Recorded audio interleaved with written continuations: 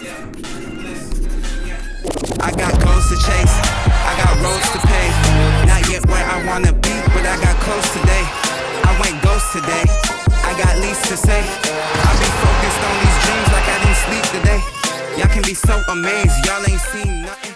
Well, it's a scarcity element, right? Like now you have finite scarcity, you have a defined scarcity, whereas the reason I think the 90s era was the junk era and remains to be the junk era is because no one truly knows the number of 1990 Eric Lindros rookies that were printed. So why should one apply value to that card if there's an undefined number of that piece of cardboard? What a card, though. Well, great What card. a card. Great card.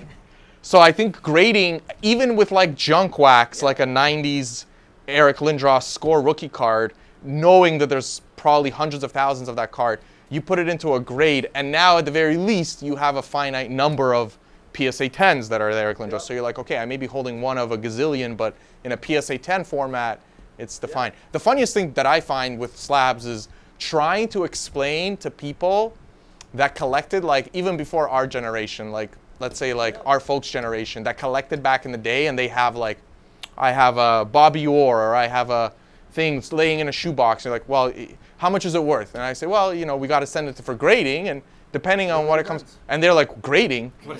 What do you mean by grading? Yeah. And you literally have to, it's like Bobby Orr rookie. Yeah, you have to explain to them it's a laboratory. Like you now have to send your card to a laboratory, and the laboratory will define it. Back to the hobby shop. There is a lot of education in this industry, right? There's a lot of education that has to be provided to everyone all across the spectrum, from young to old.